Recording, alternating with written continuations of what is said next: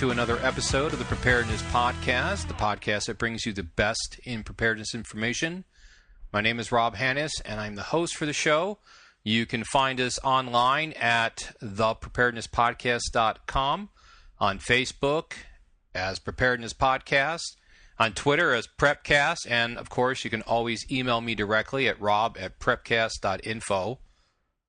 It's been a while since I put out a podcast, but I have had busy week this past week, or the prior week. I had family move in from out of town, and we were busy getting ready for them and stuff. And I don't like to put out a podcast where I'm not fully prepared, because what happens is it takes me a long time to get through it, because I have to start and I have to stop, and eventually what happens is I put out what I feel is a rushed podcast, even though it took me probably longer to put it out. So I just decided to go ahead and skip it and not try to put one out. So we are starting this week off early. It's Monday. Usually I don't put them out until Tuesday or Wednesday. Last podcast, episode number 186, we were talking about non-firearm defense options, and I forgot to mention a couple. One was pointed out on YouTube, and that was the bow and arrow. And I think that's viable. It's as viable as anything else, I suppose. I do think you need a backup for it. The time to draw, shoot, or draw, aim, and fire is relatively slow. You can speed it up with practice, and you can, make sure you know how to use it. But still, it's not as effective as a firearm. It's not going to be as robust as, say, a baseball bat or a stick. Definitely a viable option, but I think it needs one that needs, much like all the rest of them, you need training, you need practice. The other one is a paintball gun, and I'm not sure if some localities have laws about this, but having been hit by paintballs, they hurt, and I would imagine if I was to get hit with a bunch of them in rapid succession, I would probably lose my focus on whatever it was doing. Again, I think it's a system that you would need to have a backup with. It's certainly not as effective as a firearm for stopping an aggressive intruder, but it's something to consider. One of the big news events that occurred the past 9-10 days now is the Zimmerman trial verdict came out and found him not guilty. And this has sparked quite a bit of protests, and in some cases aggressive protests, or just call them what they are, riots. And this is going to be the focus of today's podcast. It's not going to be a pleasant podcast, because we're talking about ugly realities, and we have to talk about them in order to cover this topic. Now, I call them urban tensions. It's just a nice way, or another term of saying racial tensions. Now, I had thought that back when we had elected the first black president, it would have been fairly obvious at that point that the amount of racism that we have in this country has dropped to an all-time low, and that it's really not an issue anymore. I'm not to say that there isn't any racism, but we have racism that goes both ways. Black, white, white, black, black, Hispanic, Hispanic, white, Hispanic, black. I mean, they're going to exist because there's cultural differences, and it's always human nature to favor what you're familiar with and discount what you're not. It's just human nature. So it's always going to be there. And I would have expected or hoped that when we elected a black president, that we were telling everybody, hey, look, we may have some minor racial issues, but overall, we're over this. We're done with this. We don't have to worry about this anymore. Well, I think that's, unfortunately, a one-way ticket for the most part. There is, as we're seeing these past 7-10 days now, massive protesting in a lot of cities. It started off with a very large protest in about half a dozen cities on the Sunday, I think that was the 14th of July, after the verdict. And there are a lot of people of all colors and denominations protesting. And, okay, so they're protesting the verdict. They're completely overlooking, that it was a fair trial, and everybody got to say their mind in court, and the jury came down, and that's how our legal system works. But now we're seeing more racial strife. We're having blacks beat up whites, saying, yelling, screaming, "This is for Trayvon Martin. This is for Trayvon." And these are the issues that we're having to deal with because this is the reality of where we're at. Now, let's be honest. Much of this apprehension is driven by the poor economy that we have. A lot of people don't understand that we have a poor economy, but if you look at the numbers, the unemployment rate, the average savings rate, the amount of money that people are making, it's not good. If people were making a good living and there was a healthy job market where people who wanted to work were able to get a job that could pay for the bills and they could pursue the American dream of owning a house and raising a family and having 2 cars and 2.5 kids and a dog and a nice house in a safe neighborhood, I don't think we'd be having this much of an issue. But the unemployment rate, the official unemployment rate, is under 8%, but that's a lie. That figure is manipulated to produce the best result possible for the government for a variety of reasons, which we've talked about this before, so this shouldn't be anything new. There have also been numerous news articles that illustrate the same point that, 8% or 7.8 or 7.6 or 7, whatever the current rate is that they're touting right now, is the best case scenario that they could absolutely possibly manipulate the numbers to come up with. The true rate, as a rule of thumb, the true unemployment rate across the board is about double what they report. So it's not quite exactly double. I think it's closer to 16 or something like that. But if you just double whatever the official rate is, you're going to get pretty close to what the reality is. But again, we've covered this, so it shouldn't be anything new to listeners of this podcast. Racial tension or urban tension, it's the current scapegoat for minorities that are poor and jobless. Whether it's true or not isn't the issue.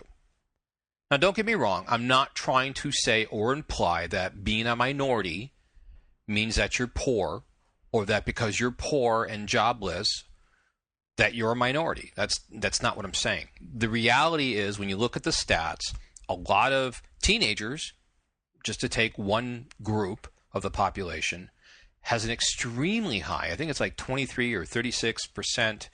I think the last one I heard was like 23%, something like that. They're of unemployment. It's very high among teens.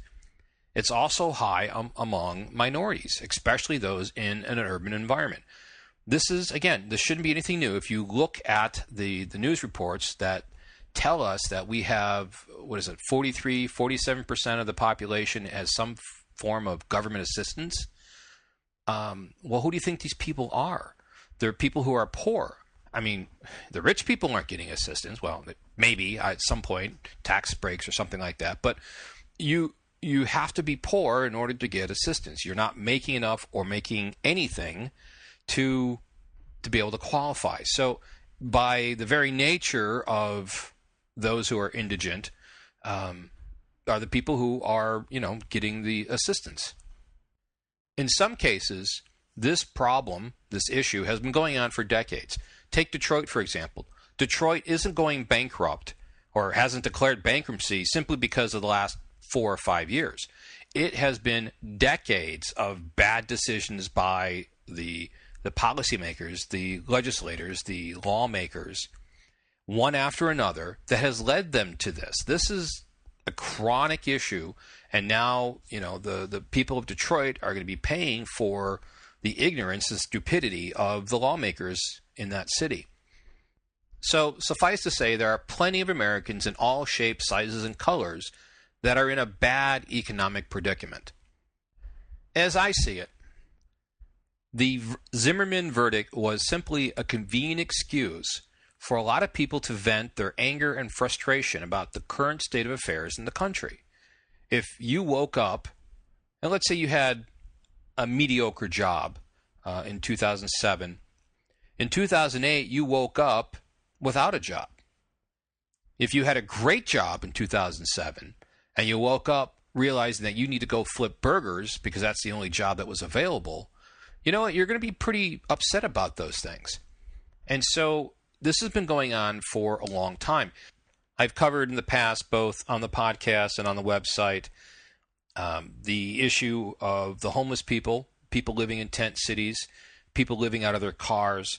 Now, the interest in that waxes and wanes depending on the media, but it's still there. The economy has kind of stabilized, but it's stabilized at a very weak point. There's not a whole lot of high-quality jobs being created, and the people who have been out of work for a while tend to stay out of work. They're not the ones that tend to get a job. If you have a job today and you lost your job or you quit your job, the chances of you getting a job relatively quick is pretty good. If you've been out of work for more than 6 months, the odds of you getting a job is pretty low. And that's because it's just the job market. They rather hire somebody that has been current in their job and currently working as opposed to somebody who hasn't. That's not to say it's fair, but that's how it's working right now.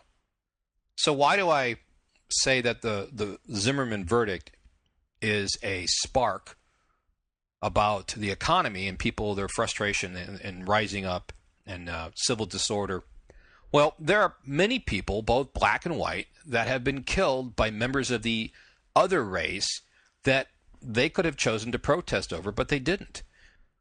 The fact that this is a high enough profile, they can get everybody to rally behind this. Everybody kind of has been following this. This isn't a localized to Chicago or the Carolinas or D.C. or Detroit. This is something that has been made nationwide because of the media, and it's something that everybody can capitalize on. Now, when the protests came out on Sunday, I was watching them, and if you were following the tweets or following the website, I had put up a webpage that had a live stream, a couple live streams, one from New York, one from California, and I was watching the makeup of the protesters.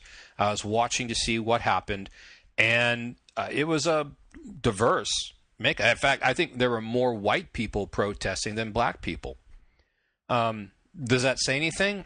Maybe. I don't really think that it's significant, other than there are a lot of people that are upset, but I can't imagine there were that many people upset very specifically over this verdict. I think people were just mostly having pent-up frustrations over the system in general, and this was one way for them to vent. Now, that doesn't mean that they consciously knew that they were doing. I just think that this was a societal or a social event that people were able to get out and do something. They probably felt better for going out there and doing that. I also think that because there were so many people who felt this way and weren't 100% protesting the verdict, and they were just out there venting their frustration and anger, that was one of the big reasons why we didn't see a lot of violence come out of that protest in all these cities on Sunday. There was some, but not as much as you would have, or as much as I would have expected. Now, that did happen later in the week, and it's still happening, but it came later, and now what you have is Sunday, you have the big group of people who want to express their frustration in whatever, the verdict or the economy, whatever. They're out there, they're protesting, they're out there, trying to voice their opinions. That was Sunday. Well, those people have to go to work on Monday if they have a job or whatever else they do. But, it's the diehards that continue to protest, and that's why I think we've seen more violence happen as time has gone on. Now, quite honestly, what I think, and whether it's right or not, isn't really the issue that I want to talk about. This is just some observations that I had. As preppers, what we need to be concerned about is how these protests can affect us. There's a lot of tension in this country right now, actually probably globally. If you look at what's happening in Syria and Egypt and Arab Spring a year or two ago, there's a lot of pent-up frustration and anger And I'm sure you've heard the news reports, the uprisings in Egypt and these other places. A lot of it is economic based. Prices are increasing with inflation globally, and a lot of these people, their budget, their weekly or monthly budget, a large percentage of it goes to food. And so if the food price goes up 6, 8, 10%, that affects a lot of whether or not they can buy enough food for the family. And even though it was not portrayed as such, that is a large driving element for those protests. And we're currently seeing what happens when disgruntled people are sparked into action. There is a massive amount of people that depend on government aid for their daily survival. Without it, they would immediately become destitute, with no recourse for providing for themselves or their family.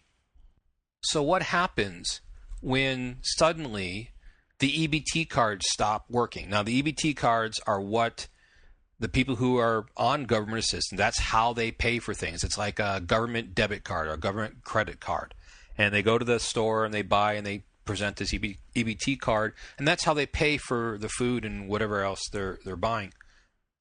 What happens when they go to buy that basket or grocery cart full of food and the EBT card stops working? What happens when the government assistance cuts back and they can only buy 80% of what they used to, or 60%?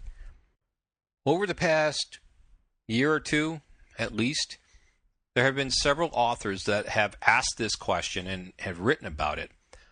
Probably one of the more popular ones was written by Matt Bracken, entitled "When the Music Stops, How America's Cities May Explode in Violence." And if you go to Google or Bing and search for Bracken, "When the Music Stops," you'll find it. I think the primary release of this article was on Western Rifle Shooters Association. And in it, he's talking about what he expects to happen, including looting and flash mobbing and riots. This is not really implausible. When people have nothing to lose, then there are no rules. And when enough people have this attitude, there isn't enough law enforcement to stop it, and law enforcement won't stop it. We've seen this several times before. The police hold a line, and they will hold that line as long as they can. But at some point, when the mob gets too big, the LA riots, Rodney King, if you go back and look, what the police did was basically they cordoned off the police station, and that's where their line was. They weren't responding to calls. They weren't responding to other people's help. They were concerned about protecting themselves.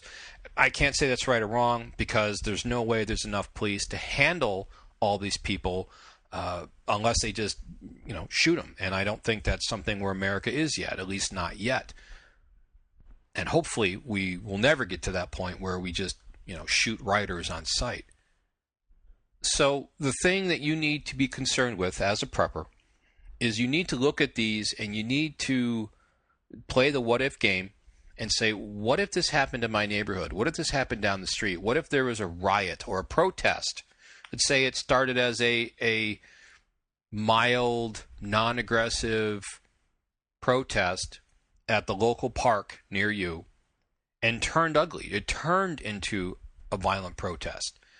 People being hit with bottles and sticks and rocks, and the police were, getting the tar beaten out of them, and they were, their line kept moving back. How are you going to protect your family? How are you going to get out of the area? What are you going to do? Have you even done a survey around your home or your work, or the path from home to work, of likely spots that this may happen? Do you have to traverse through an area that is likely to see or has seen protests in the past? If so, you need to know about that and know that if there is any sort of activity, that you need to immediately vacate the area and put into effect your alternate route so that you can get to and arrive to wherever you're going safely. Now, the truth of the matter is, and I don't really like having to say this, but the truth is that we are facing a potential race war. Whether you like it or not, whether you believe it or not, whether you want to be a part of it or not, this is something that if it blows up out of proportion, if it gets big enough, that we all are going to be dragged into. It's not possible to sit on the sidelines and just say, well, I'm going to sit this out. I don't believe in this. I'm not going to be aggressive. Well, this is something that you're not going to be able to have a choice in, or it's going to be very difficult, because let's say you live in a homogeneous neighborhood or a mostly homogeneous neighborhood, and a carload of others, people who are not of your race, drive through the area, start shooting up houses or apartments or whatever. How long is it going to be before you take action? How many children will have to be gunned down before you start thinking, you know what, I'm not going to let this happen anymore? And if you notice, I'm not putting any color to the people in the car, because this could happen in any mixture of colors. It doesn't matter. Again, as preppers, it doesn't matter. It's about staying safe. It's about keeping your family safe. If you're walking down the street and one of the others starts shooting at you, you have three choices: stay there, get shot and die, run, or shoot back. Those are the only choices you have. It's not pretty, it's not pleasant, but those are the realities. You're going to have to think about this. We're seeing potential of a race war escalating right now. If you take a look at what people like the new Black Panthers are saying, let's just take them at their word. Why would we assume or interpret what they're saying any differently than the words they're saying? They're out to kill whitey. Those are their words. So if you're a white person, this should be a concern to you and your family. It stinks. It's not the world I want to live in, but that's the reality that we have to deal with and prepare for, because that's what we do as preppers, is we prepare. Now, the second half of this podcast, I'm going to be talking about what to do if you find yourself in a protest or a riot. But before I get there, I want to talk about our sponsor for the podcast, FlyingEagleGold.com. If you've been following what's been going on in the precious metals market, you know that the price of gold is distinctly different for the physical form than it is for the EFTs. And that is because there's a difference between virtual gold and real gold. People are losing faith in virtual gold because they're finding out that there's nothing backing that. If you had a virtual gold share and you decide to cash in on it, there's no gold there. So we're seeing a lot of differential between reality and fiscal or fiat. And physical gold is getting really hard to acquire. And there's a reason for this, because gold and silver have traditionally been money that people have fallen back on for thousands of years. When you get to a point in your preparedness plan where you figure out that you need to have some sort of financial preparation, give Jeff a call at 855-289-7587 and let him know what you're thinking, and he will help you kind of formulate what would work best for you. Now, you have options, and those options include gold, silver, copper, and nickel. And probably not going to help you with nickel, because we can still get nickel in the form of nickels.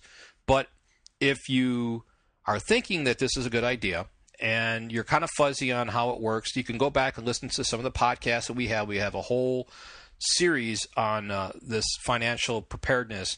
You can also call Jeff and talk to him, and he'll give you the history on it and help you make the decision on what works best for you and what kind of plan you should be looking at, and whether gold, silver, or copper is the best choice for you, or even a mixture of that. Again, that's Jeff at 855-289-7587, or go to FlyingEagleGold.com and let him know that you heard about him on the Preparedness Podcast. Not all protests and riots are for noble causes. You could, in some manner or form, think of the Zimmerman protest as a noble cause. At least I think on the other side they're thinking that. But they can also occur over sports outcomes, soccer, football. We've seen that before. And they're known to pop up around college campuses for one reason or another. It could be that they raise tuition or they're cutting back on corn dog, something. Some reasons for civil unrest in general include religious differences, economic stress, price increases, racial issues, jury verdicts, and so on. Not all protests are violent, but any protest can turn violent even if it starts out small, so you can't just say, oh, there's only 12 people, probably not a worry. You should never discount any protest. You should always be very wary of them. Mob psychology and how people behave in a mass uprising is a field of study completely into itself. There's an old joke that says to calculate the IQ of a mob, you take the average IQ of all the people there and divide it by the number of people in that crowd, and that's the IQ of the mob. And clearly that's not how you would calculate it, but I think that's an illustration that is fairly accurate as far as explaining why mobs do what they do. They're very emotional, they're very basic, they're not very complex. It usually just comes down to protesting and then the riot portion, and then it comes down to, at some point, every man for himself. If the crowd is emotionally charged with enough anger or frustration, it'll be more likely that that protest is going to turn violent. But that isn't necessarily a good indication. You typically really just don't know what's going to happen until it happens. We didn't see much in the way of violence with the protests on Sunday over the Zimmerman verdict. I think this was because most people were removed from the cause. In other words, they didn't really have a personal attachment to the event that they were protesting about. It's a guess, but I would suspect that most people at the protest on Sunday had little to no clue of what they were exactly protesting about. Yes, they knew or they thought it was a bad verdict, but I really doubt that many of those people knew the facts for the case and the jury and why they decided to rule the way they did. And I don't really think they were upset by the verdict. I think it was a convenient reason to go out and vent some frustration. This is also a grand lesson in how the media has control over the population. We were told by the mainstream media that this was bad, and thus people wanted to protest over it. Because we live in a very unstable economic period of time, we need to be very careful and very aware that protests, flash mobs, and riots can spring up anywhere at any time for virtually any reason. All it takes is a spark. Doesn't have to be related to the economy, and people will take to the streets, and once it gets enough momentum, it can blow up into anything. And I think that what we're seeing has the potential to do that. It may not be this. It could be the next thing. It could be, some cops shoot a teenager or whatever it may be. It may be the economy drops or the dollar loses value or inflation rises. Whatever it is, it will just be the last straw on the proverbial camel's back. But we need to be aware that this can happen at any moment. And you want to be aware of this to make sure that you don't suddenly find yourself in the middle of one of these things. So what can you do if you do find yourself in a protest or a riot, and assuming that you didn't want to be there, or perhaps you were protesting for what you consider a good cause, and you expected it to be a peaceful protest, and it turned violent? What can you do? Now, just to be clear, I have never been in a protest or a riot or any sort of aggressive mass civil disturbance. I've been around large street parties, but nothing I would say, was a riot or even a civil disturbance of any scale. So I don't speak from experience, but there are plenty of resources out there and plenty of common sense and logical actions that you can take. First and foremost is get out and away from the protest or riot as fast as you can. Now, this may or may not be easy. You could find yourself swept by the rush of people. You could find yourself the target of their anger. I mean, think of the LA riots, and there's actually, if you go search for YouTube, there's plenty of footage on riots where they're blocking the streets, they stop a car, and they start attacking the person in the car. This is very likely how you're going to be sucked into one of these things. You're going to turn the corner, and you're going to be, in the middle of it. You never know who or what the mob will decide to vent their anger on. In some cases, you can make an educated guess, such as if it's a racially motivated protest.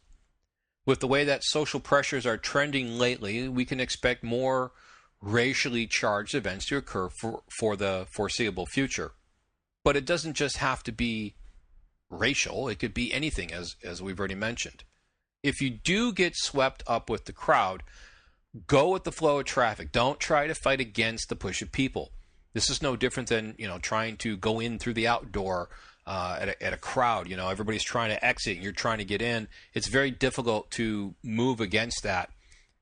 And in a riot or protest sort of manner, it could be very dangerous because people could have broken bottles or clubs or sticks or knives or whatever. Go with the flow, and as you're moving, try to move to the side. The side is going to have less crushing forces, and it's going to be easier for you to find an opportunity to exit the crowd. Once you are able to leave the mob area, get as far away as you can. Typically, this means moving in a perpendicular direction to where the crowd is going. But even if it means you're moving away from where you want to be, get away as fast as possible. Now, keep in mind, while you're part of the mob, even when you're trying to leave it, even if you were swept up and didn't mean to be there, the police are going to assume that you're part of this protest or riot.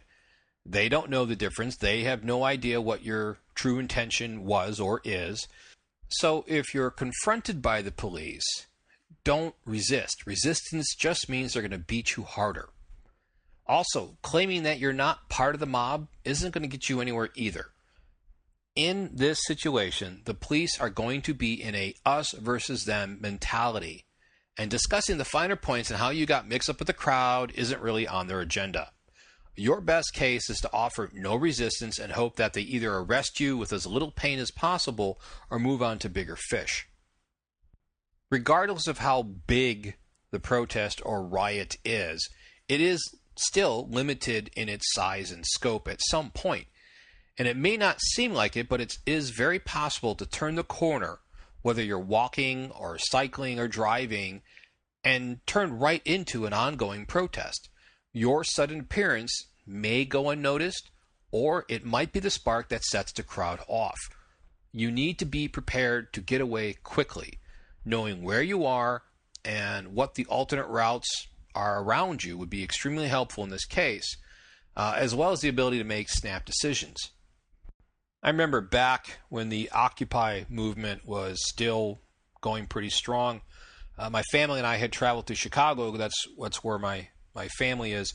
And we were doing some visiting, and we were taking a drive around the city, showing the kids the city and the buildings and all the great architecture that's there and stuff. And we turned the corner, and we turned right into an Occupy protest. Now, it was a peaceful protest. They were just standing around, chanting or shouting, whatever, and there were plenty of police around. But I was quite surprised to suddenly just turn and oh, there they are. And I was on a one-way street, and I wasn't very familiar with that area of the city. And it was like a sudden flash of adrenaline. I was like, uh-oh. But, luckily it had a good outcome because nothing really happened. But that's how quickly you can find yourself in one of these events. Now, I knew the Occupy movement was going on. I probably should have tuned in to see if there were any protests in the area that I was going to be, or even remotely in the area I was going to be in.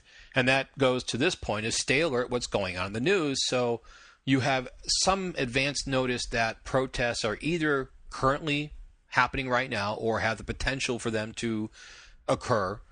Now, flash mobs, which are a sudden and unexpected mass gathering, are very hard to predict.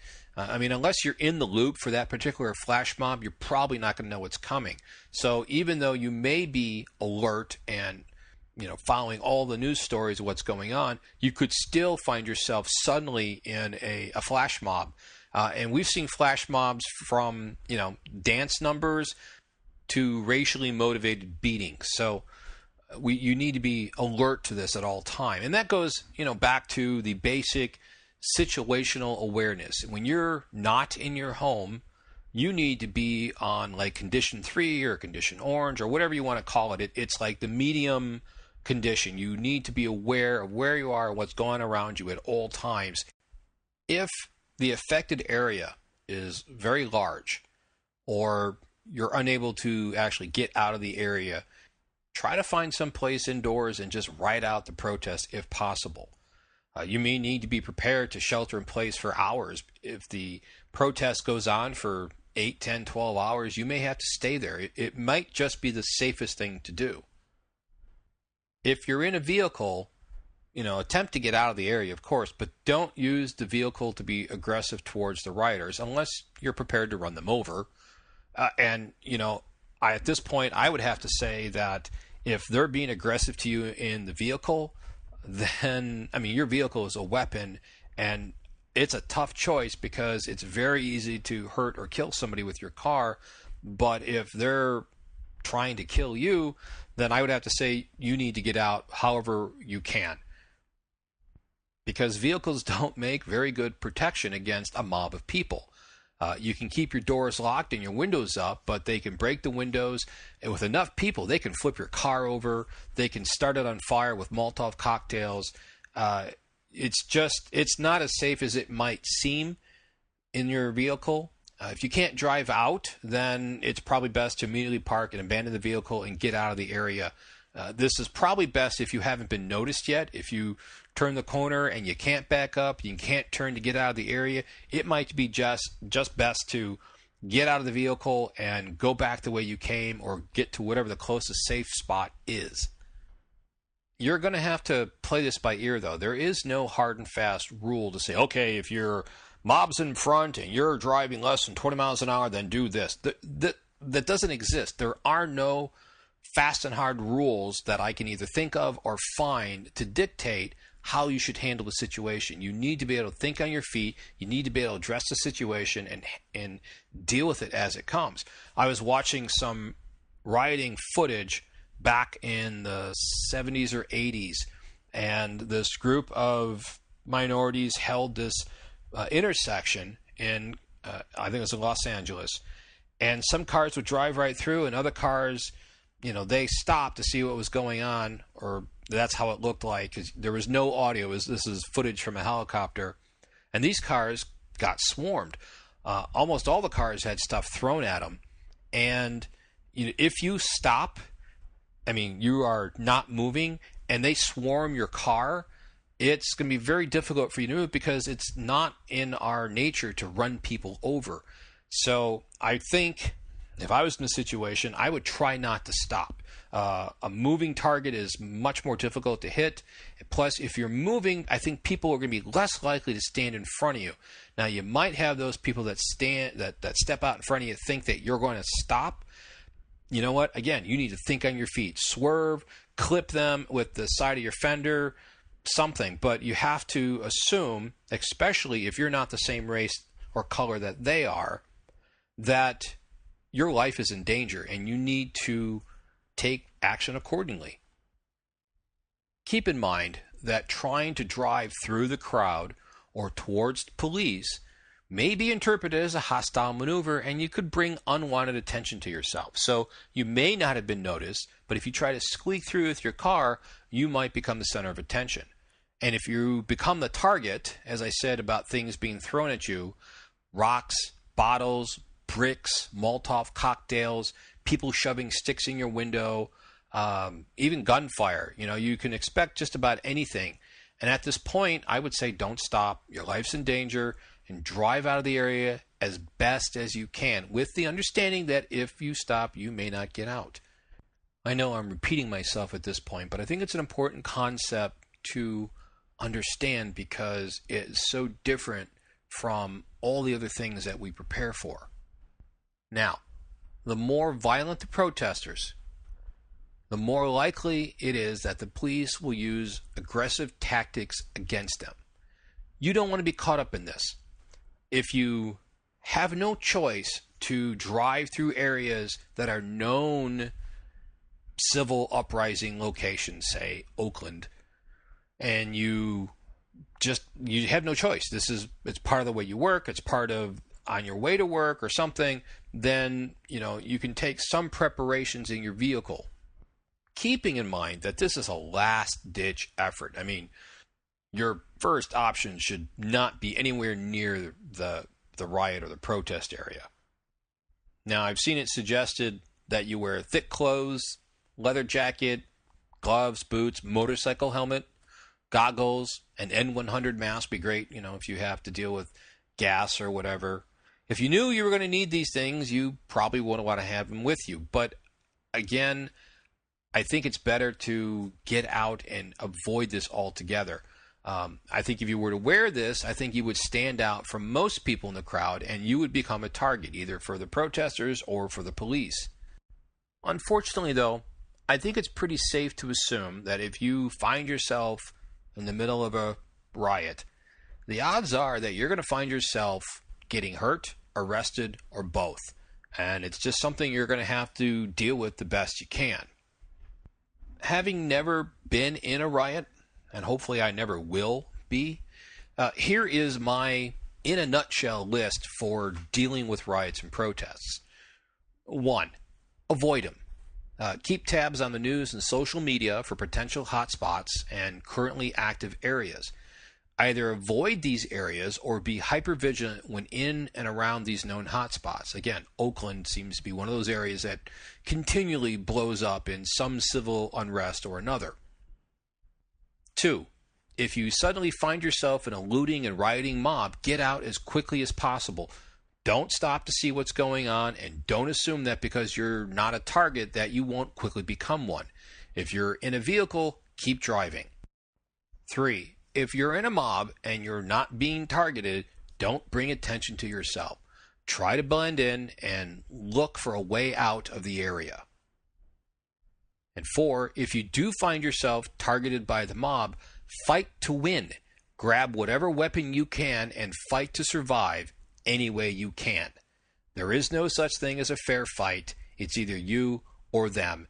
And if you're like me, you're going to prefer it to be yourself.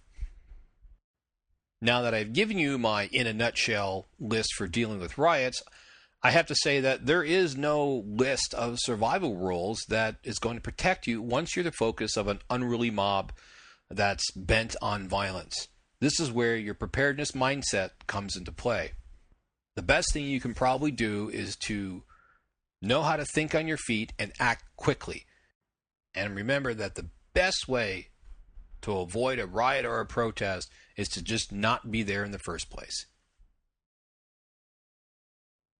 I want to thank you for downloading and listening to this podcast. If you enjoy this podcast series, you can help support us in one or more several ways.